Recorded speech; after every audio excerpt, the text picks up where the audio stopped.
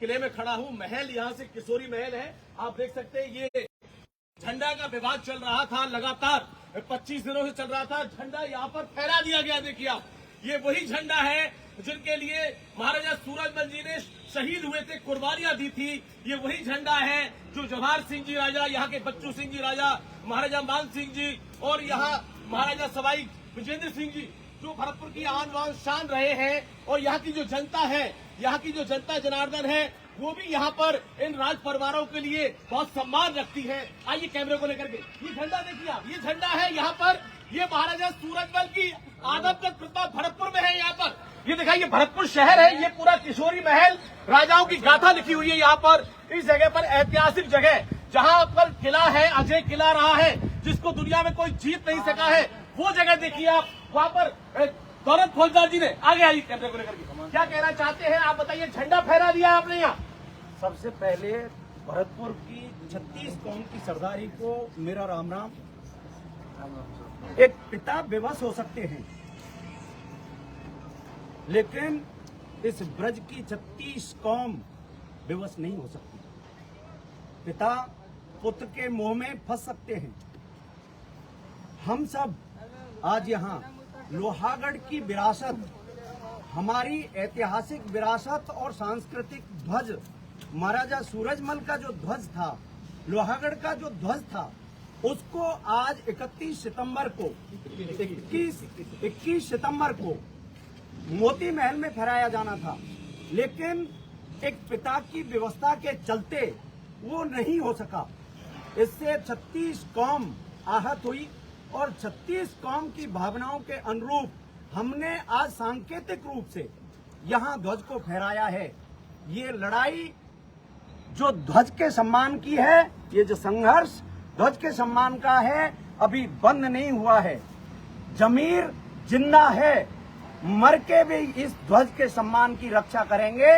हम राजस्थान सरकार से यहाँ एक मांग करते हैं कि हमें यहाँ इस ऐतिहासिक लोहागढ़ की प्राचीर में कोई भी स्थान पर सरकार इस ध्वज को पुनर्स्थापित करने की अनुमति दे।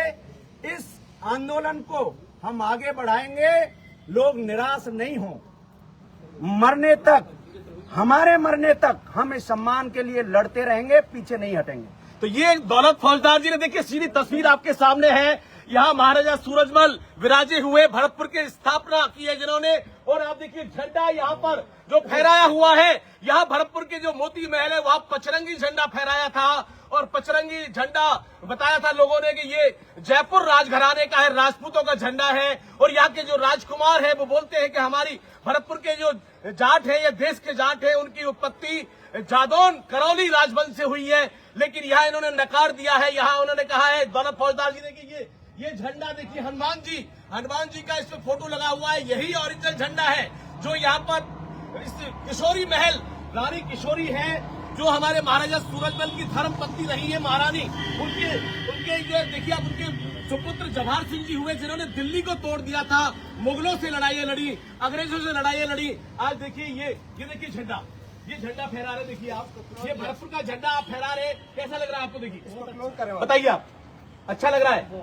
तो यहाँ पर तमाम लोग हैं। और यहाँ पर ये देखो, ये झंडा है, ये देखिए दौलत फौजदार जी के नेतृत्व में यहाँ पर ये झंडा फहरा दिया गया है भरतपुर लोहागढ़ में, जिसकी पूरे देश में चर्चा थी। देश विदेशों तक के लोग थे वो चर्चा में थे। महाराजा सूरजमल, महाराजा सूरजमल, महाराजा सूरजमल।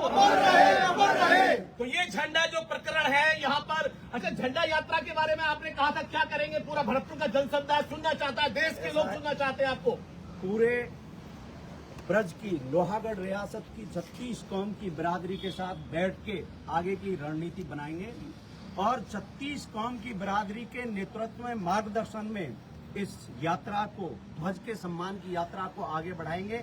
हमारी किसी व्यक्ति से लड़ाई नहीं है, ये लड़ाई महाराजा विश्वेंद्र सिंह जी के भी सम्मान की है। एक पिता विवश हो सकता है, जनता विवश नहीं हो सकती। उनका सम्मान भी हमको वापस पाना है और इस ध्वज का सम्मान भी हमको वापस पाना है। इसके लिए 36 कौम की बिरादरी हमारे साथ है, सबसे हमारी सलाह हुई है। 36 कौम की बिरादरी ने हमारा साथ दिया है। ये ध्वज केवल जाट समाज का नहीं, 36 कौम का है। इस ध्वज की सम्मान में गुर्जर समाज के लोग भी आए हैं, राजपूत समाज के लोग भी आए हैं, जाटव समाज के लोग भी आए हैं। 36 कौम के लोग इस यात्रा को सफल बनाएंगे।